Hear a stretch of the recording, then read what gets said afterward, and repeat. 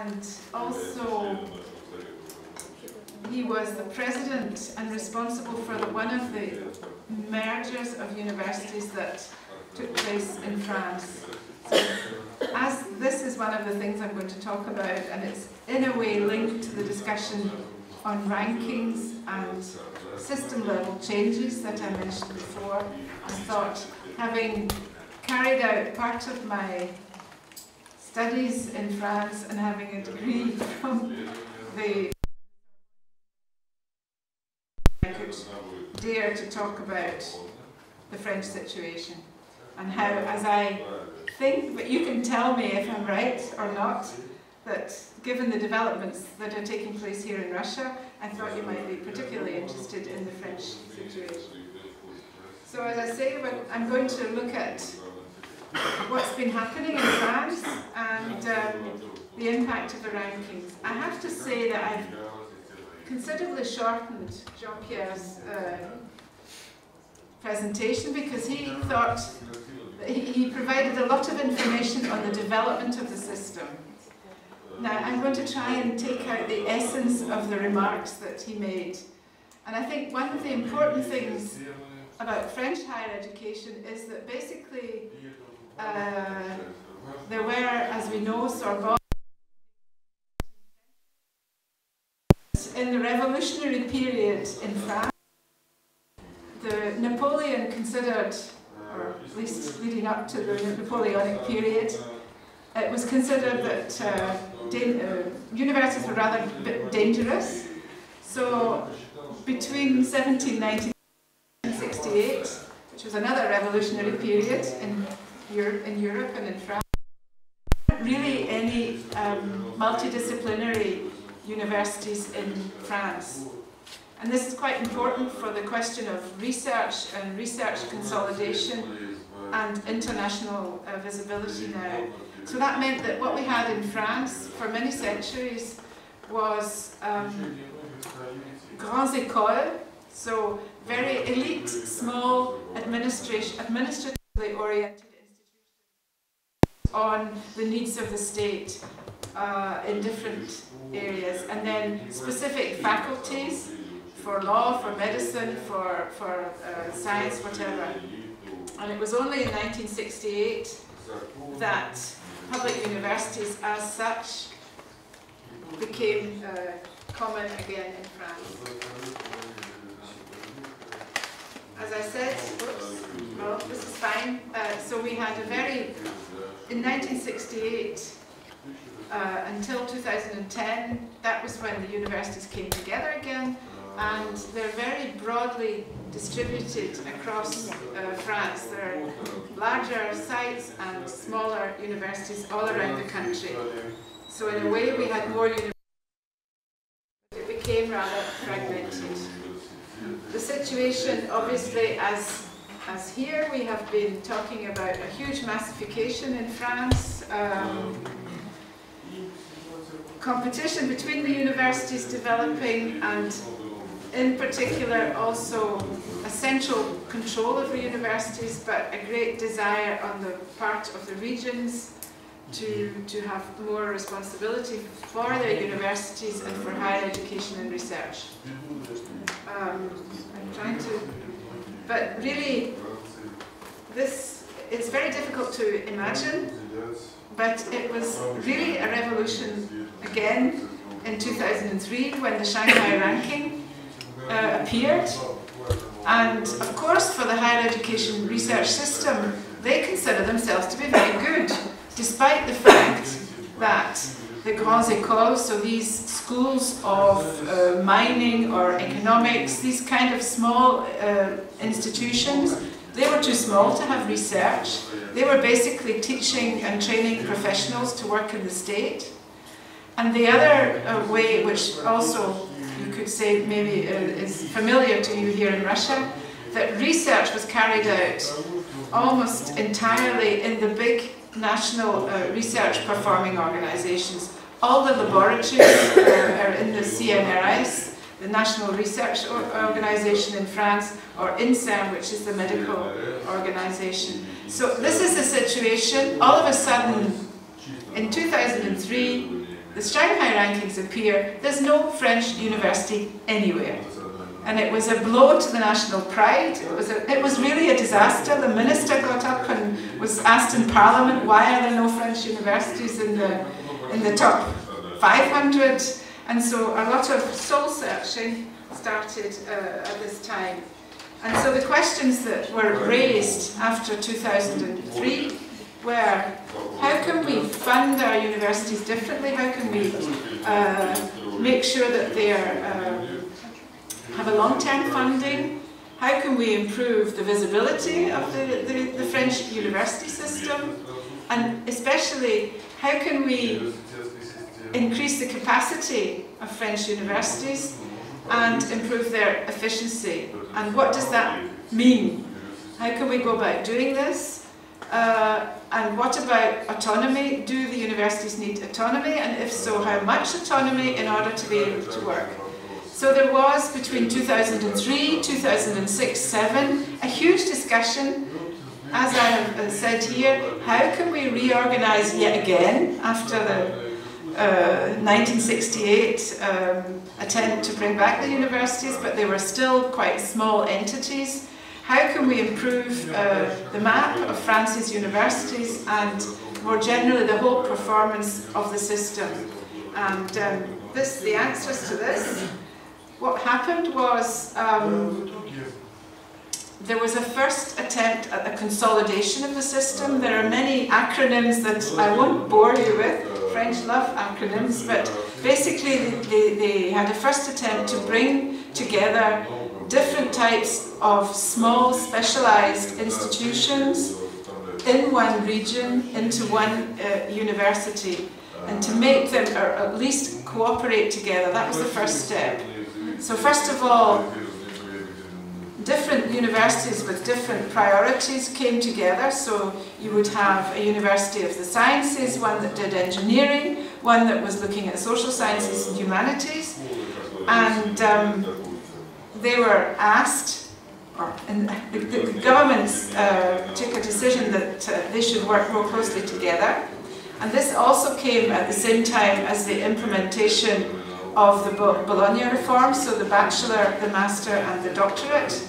And one of the first areas precisely to ensure a greater focus on research was that the universities in each area, geographical area, pulled, in many cases, their doctoral schools. So they created doctoral schools at the level of a specific geographical location. So you would have 3 or 4 universities with the different specializations, and they came together and said, we're going to have one doctoral school with a selective entry from the different universities in the region.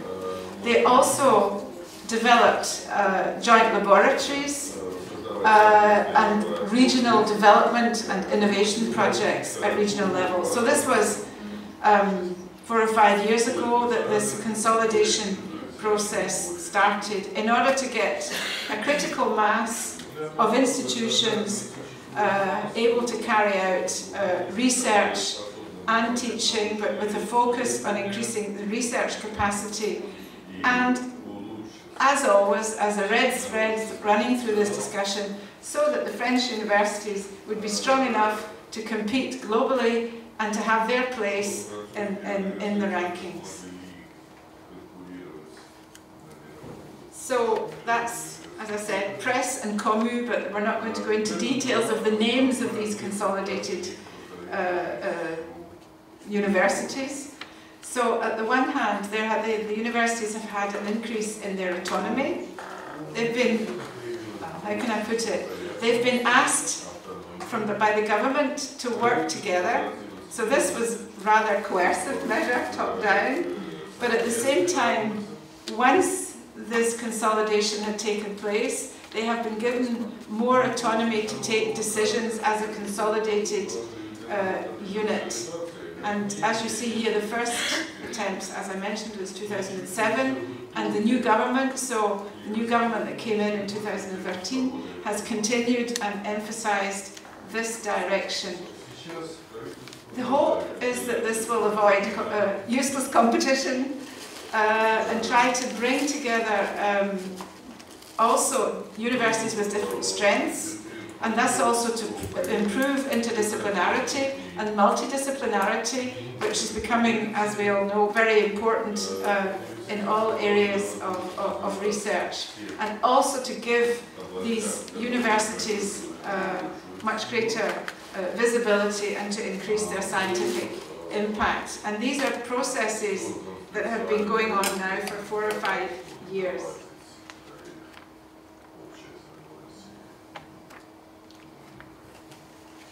In fact, one of the main events is still taking place, and of which there's still considerable impact in France, was this law. There was a law passed in 2007, which really, again, quite revolutionary in France.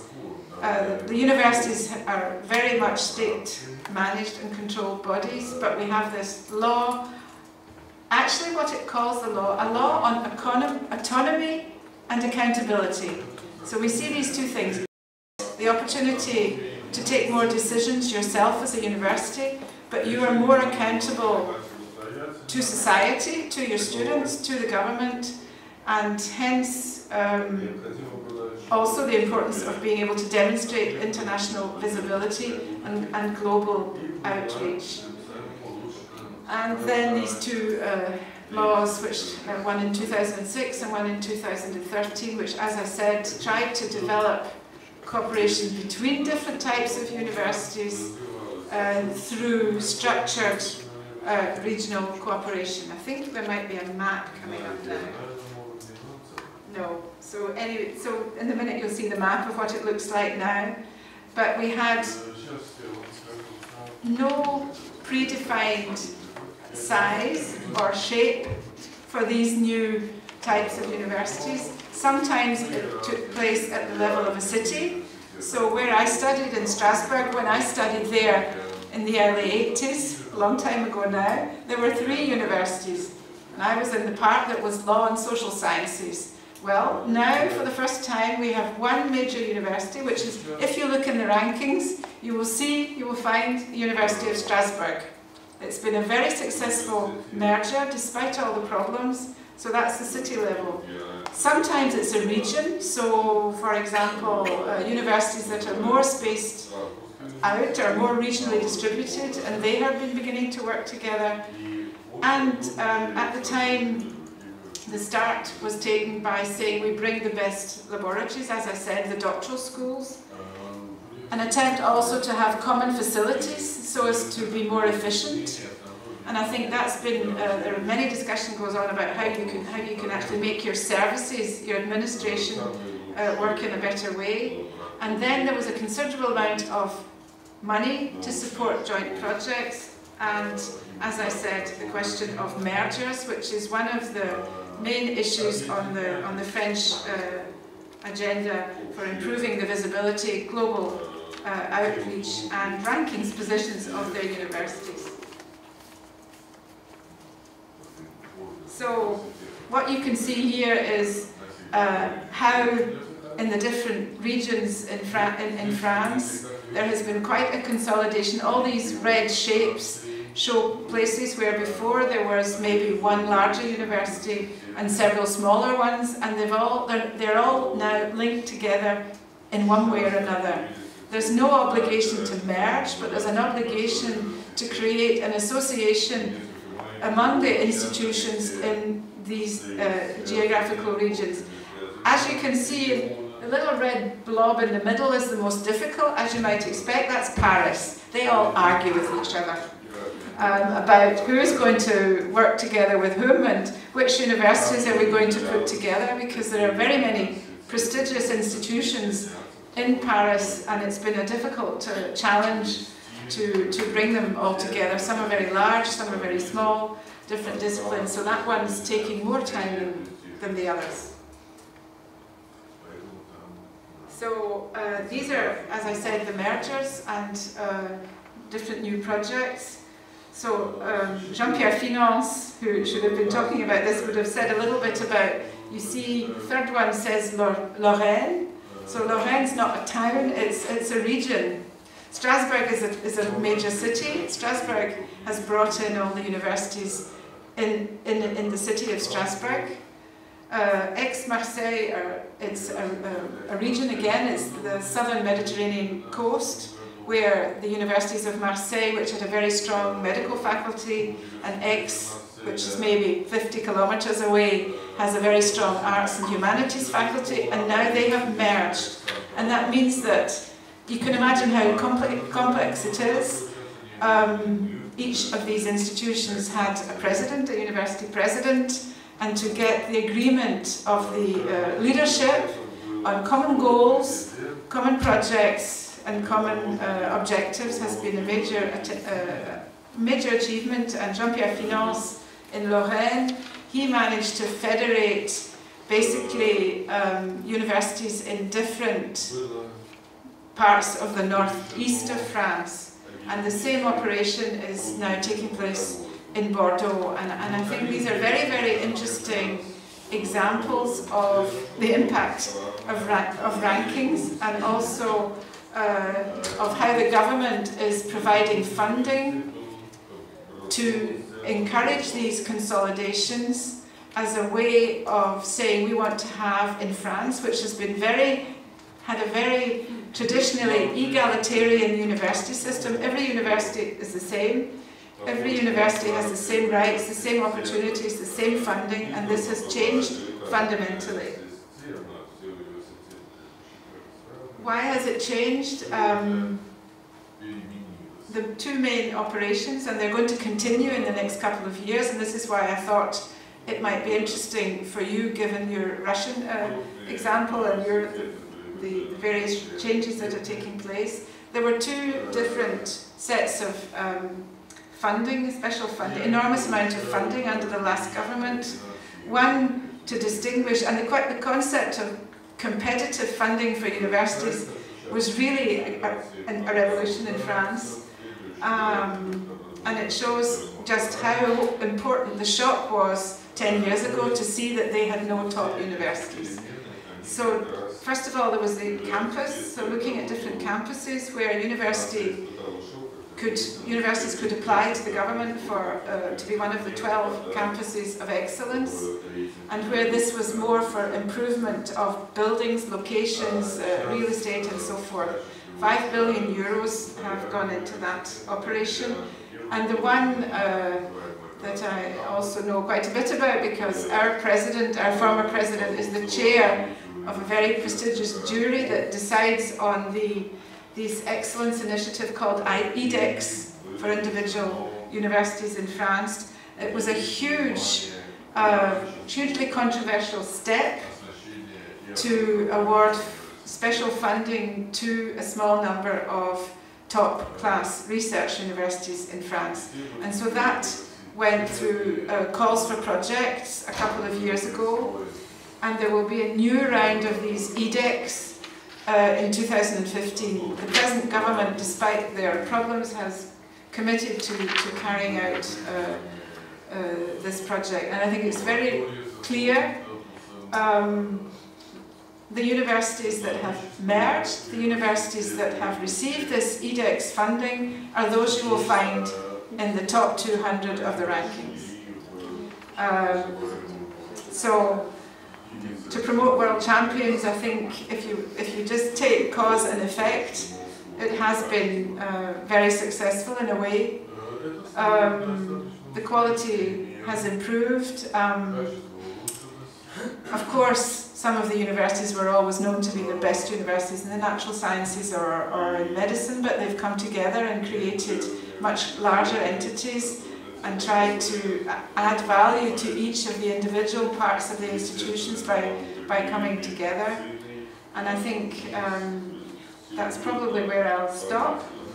Just as an example of a country that had no universities at all anywhere in the rankings, and you can see what a major changes have taken place in the structure of the system, the types and size and shape of the institution, and the funding of universities in France, in a country which is ideologically not necessarily been prepared for that in the past. Thank you very much. So, ladies and gentlemen, this is a very interesting presentation, short, but very interesting, and one which we need to develop, because here we have a model, potentially for Russia, of how one country with no top universities, over the space of 10 years, has created how many top universities they now have? I'm not quite sure, but there are 4 or 5 in the top rankings now. So they're now moving ahead. There's definitely the University of Strasbourg and the UMPC that I work quite a lot with as well, and they are the top rated in France. There are a couple of others, but I need to check the rankings. So the parallels with Russia are obvious.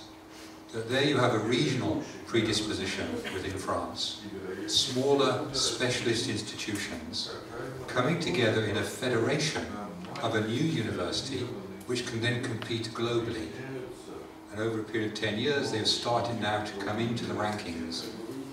And they were opposed to this initially because they saw the rankings as an Anglo-Saxon conspiracy against the higher education sector, because it originated in America and also in the UK with the Times Higher.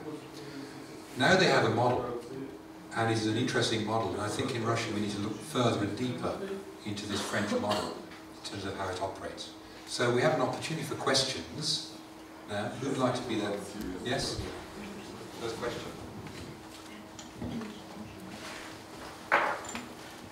Hello again. My question is, I see the similarities between France and Russia in this sphere, not only in the development program that you described, but also in the fact that both countries are non-English speaking countries. So how did you tackle this part?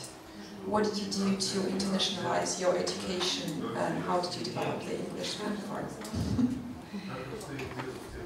That's a very good question. Thanks.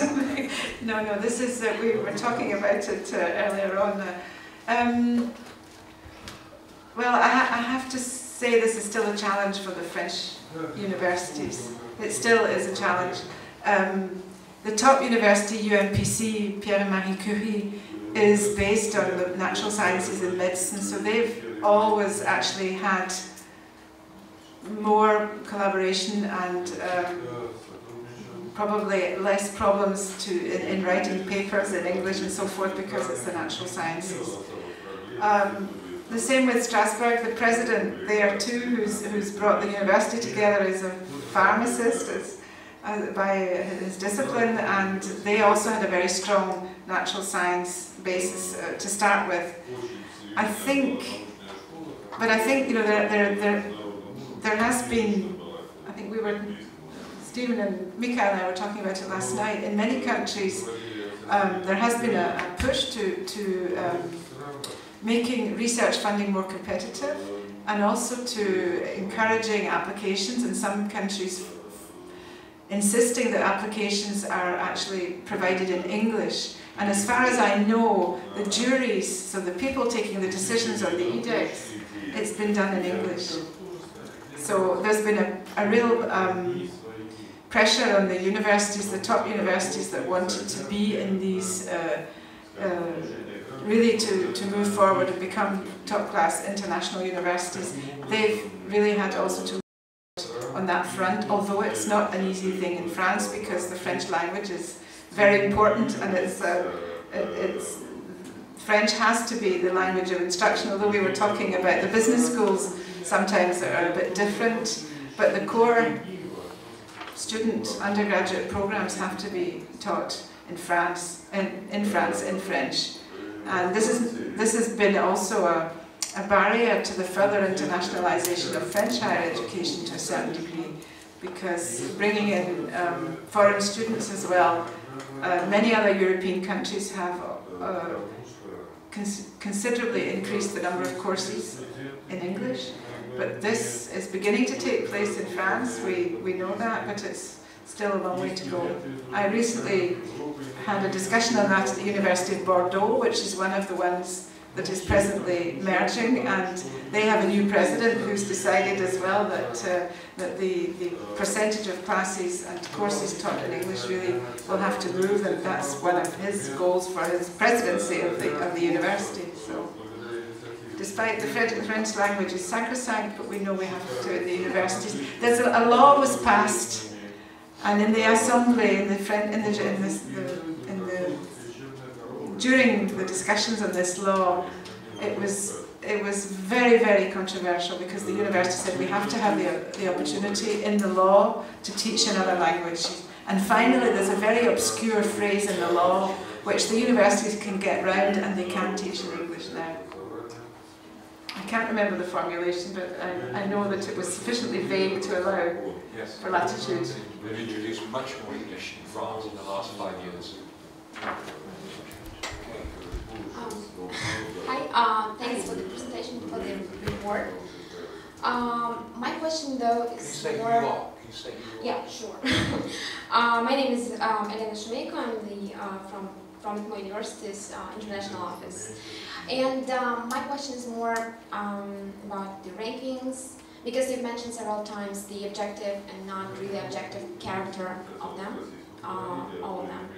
So we all know that France, for example, and Russia are a little bit in different political environments and social environments, and we all know that all spheres, like political, social, cultural, they are tightly connected, interconnected. And my question is, do you think that the current political, rather controversial and rather complicated situation in the world, in the international arena, can influence much the place of the Russian universities in these rankings? Do you think it can happen, and how much can it influence? I don't think that the international situation can affect the rankings as such, because either you're objectively, I mean, but in the same situation as every other university submitting data to Times Higher or to the Shanghai ranking or to whichever, I think that really is the data that your university provides. So you have your research, you have your publications, the citations. The flaws in the ranking are linked to the methodologies of the ranking and not to the reporting of individual universities. Now, whether the situation at the moment will have an impact on international recruitment, to me that would be a different question, but not linked to the rankings, because the rankings, I can't see how there would be a way in which the rankings as such could change because of any particular difficulties between country A and country B. I think you could influence, individuals might be influenced in their choices of where they want to go to study, but I don't think the rankings, their flaws are there and they're well known, but everybody who provides data to a specific ranking will know exactly what these are. So I don't think that will change. Now we have time for one more question. Please. The last, I think.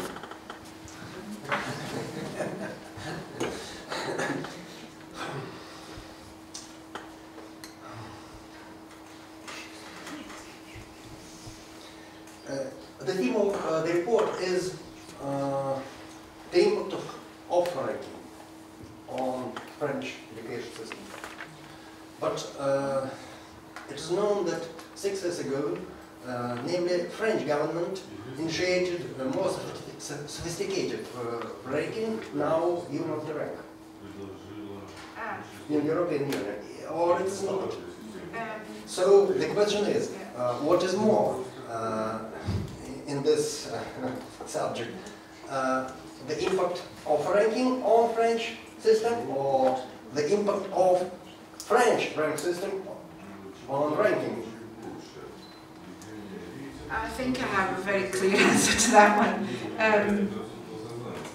The link between the French and the ranking is that the French minister Valérie Pécresse, in European Union, she insisted, because of the terrible situation in France, that there should be a ranking project which has become multi-rank. Yes. But,